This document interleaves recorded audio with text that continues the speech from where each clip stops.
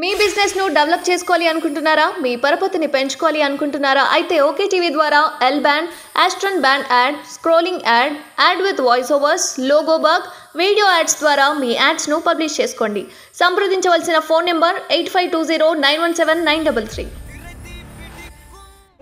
అటు మొత్తానికైతే రేపు అమిత్ షా హైదరాబాద్కి అయితే రాబోతున్నారు. ఇక్కడ ఎల్బీ స్టేడియంలోనైతే సభ నిర్వహించడం జరిగింది. దీనికి సంబంధించి ఇటు ఖైరతాబాద్ మాజీ ఎమ్మెల్యే చింతల రామచంద్రరావు కావచ్చు తదితరులు దీనికి సంబంధించి అరేంజ్మెంట్స్ ఎలా అవుతున్నాయి ఏంటి అని చెప్పేసి చూసి వెళ్ళడం జరిగింది. సో ప్రజెంట్ మనతో మాట్లాడడానికి బీజేపీ మహిళా మోర్చా స్టేట్ ప్రెసిడెంట్ శిల్పారెడ్డి మనతో ఉన్నారు. మేడం చెప్పండి, అరేంజ్మెంట్స్ ఎట్లా సాగుతున్నాయి, ముఖ్యంగా ఏ ఉద్దేశంతో అమిత్ షా ఇక్కడ రావడం జరుగుతుంది? రానున్న పార్లమెంట్ ఎలక్షన్స్ని దృష్టిలో పెట్టుకొని రేపు ప్రతి బూత్ ప్రెసిడెంట్తోని ఆయన స్వయంగా మాట్లాడే ఒక దిశానిర్దేశం చేయడానికి రేపు హైదరాబాద్కి రానుంది. సో హైదరాబాద్లో ఈ యొక్క మీటింగ్ అన్ని పార్లమెంట్స్లో ఒక బూత్ ప్రెసిడెంట్స్ ఇందులో పాల్గొనడం జరుగుతుంది రేపు. సో వారికి రానున్న ప్రణాళిక ఏంటి, పార్లమెంట్ ఎలక్షన్స్లో మన ఎజెండా ఏమి ఉండబోతుంది, తర్వాత బూత్ స్థాయిలో మనం ఎలాంటి పనులు చేసి మనము ఎలాంటి మన స్కీమ్స్ ఏవైనా కానీ దిశానిర్దేశం బూత్ ప్రెసిడెంట్స్ చేయడానికి రేపు ఈ యొక్క సమావేశాన్ని నిర్వహించడం జరుగుతుంది. సో ఎంతమంది వచ్చే అవకాశం ఉంది ఈ సభకి? 40,000 మెంబర్స్ వస్తారని మేము ఎక్స్పెక్ట్ చేస్తున్నాము. అదే సంఖ్య ఉంటుంది కూడా. సో ఎట్లుండబోతుంది ఇప్పుడు వచ్చే పార్లమెంట్ ఎలక్షన్స్లో? అటు కాంగ్రెస్కి ఇటు బీజేపీకి హోరాహోరీ పోటీ అయితే జరగబోతుంది. ఎవరు అధికారంలోకి వచ్చే ఛాన్స్ ఉంది? ఇప్పుడు సెంట్రల్లో మేమే ఉన్నాము, రాబోయే కాలంలో కూడా సెంట్రల్లో మేమే ఉంటాం, బీజేపీ ఉంటుంది. సో ఇక్కడ స్టేట్ విషయానికి వస్తే కాంగ్రెస్ పార్టీ ఆధిక్యం తీసుకుంది, ఇప్పుడు ఉన్న సీట్లే పోగొట్టుకుంది బీజేపీ, ఇంకేమొస్తుంది అనేసి కూడా వాళ్ళు మాట్లాడుతున్నారు. ఇప్పుడు వాళ్ళ వైఫల్యాన్ని వాళ్ళే చూపించుకుంటున్నారు. ఇప్పుడు 6 గ్యారంటీలు అని అన్నారు, ఒక్క గ్యారంటీ అమలు కాలేదు. ఆల్రెడీ దాని మీద వ్యతిరేకత ఆల్రెడీ స్టార్ట్ అయింది, ప్రజల్లో స్టార్ట్ అయింది తెలంగాణకి సంబంధించుకుంటే.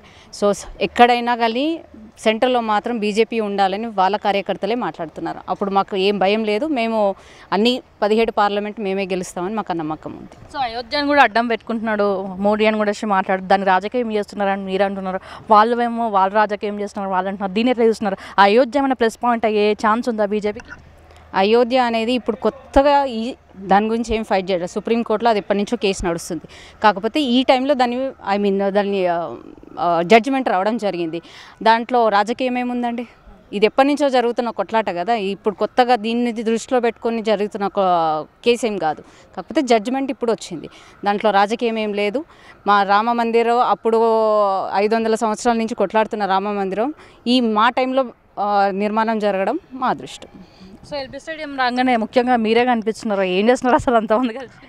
యాక్చువల్గా మహిళా మోర్చా తరఫు నుంచి రేపు రిజిస్ట్రేషన్ బాధ్యత ఒకటి మేము తీసుకోవడం జరిగింది. సో దానికి ప్రణాళిక రూపొందిస్తున్నాము. అంటే ఏ గేట్స్ దగ్గర నుంచి ఏ పార్లమెంట్ వాళ్ళు వస్తారు, సో ఎంతమందిని ఏర్పాటు చేసుకోవాలి అని ఒక ప్రణాళిక మేము స్టేట్ ఆఫీస్ బేరర్స్ ఇక్కడ ఉన్న వాళ్ళందరం మేము కూర్చొని ఒక రూట్ మ్యాప్ ఒకటి క్లియర్ చేసుకొని ఎంతమందిని ఎక్కడ కూర్చోబెట్టాలి, because 40,000 members is not a joke. So ఎట్లా డివైడ్ చేసుకోవాలి వర్క్ అనేది మేము చూస్తున్నాం, రిజిస్ట్రేషన్ పార్ట్. రైట్, మొత్తానికి అయితే ఇక్కడ ఎల్బీ స్టేడియంలోనైతే అమిత్ షా రావడం జరిగింది. దీనికి సంబంధించి అరేంజ్మెంట్స్ అయితే రెడీ అవుతున్నాయని చెప్పుకోవచ్చు. సో మనం చూసినాం, పూర్తిగా విజువల్స్లోనైతే కనిపిస్తున్నాయి. సో అరేంజ్మెంట్స్ అయితే స్టార్ట్ అయినాయి.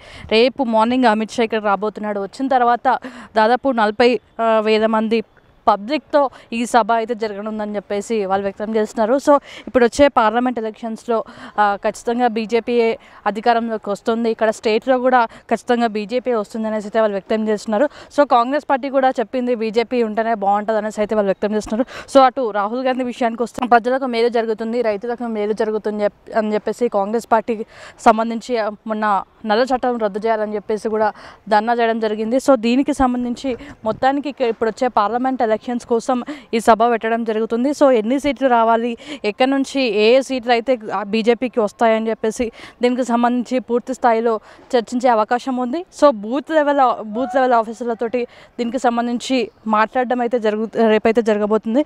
మొత్తానికి రేపు పార్లమెంట్ ఎలక్షన్ సందర్భంగా అమిత్ షా ఆ పార్లమెంట్ ఎలక్షన్కి సంబంధించి స్పీచ్ అయితే ఇవ్వబోతున్నారని తెలుస్తుంది. సో ఇప్పుడు వచ్చే దాదాపు 9 మంది అభ్యర్థులను అయితే బీజేపీ అయితే ప్రకటించింది. సో ఎన్ని స్థానాలు ఇక్కడ బీజేపీ కైవసం చేసుకుంటుంది, ఎన్ని స్థానాలు కైవసం చేసుకోవాలని చెప్పేసి రేపు మాట్లాడే అవకాశం ఉందని చెప్పుకోవచ్చు. సో మొత్తానికైతే ఎల్బీ స్టేడియంలో రేపు అమిత్ షా రాబోతున్న సందర్భంగా అరేంజ్మెంట్స్ అయితే బీజేపీ కార్యకర్తలు కావచ్చు, బీజేపీకి సంబంధించిన లీడర్లు, బీజేపీకి సంబంధించిన మనం చూసిన మహిళా మోర్చా ప్రెసిడెంట్ శిల్పారెడ్డి వీళ్ళందరూ దీనికి సంబంధించి అరేంజ్మెంట్స్ మొత్తం చూసుకుంటున్నారని చెప్పుకోవచ్చు. వీడియో జర్నలిస్ట్ సూర్యబాబుతో కావ్య, OKTV, హైదరాబాద్.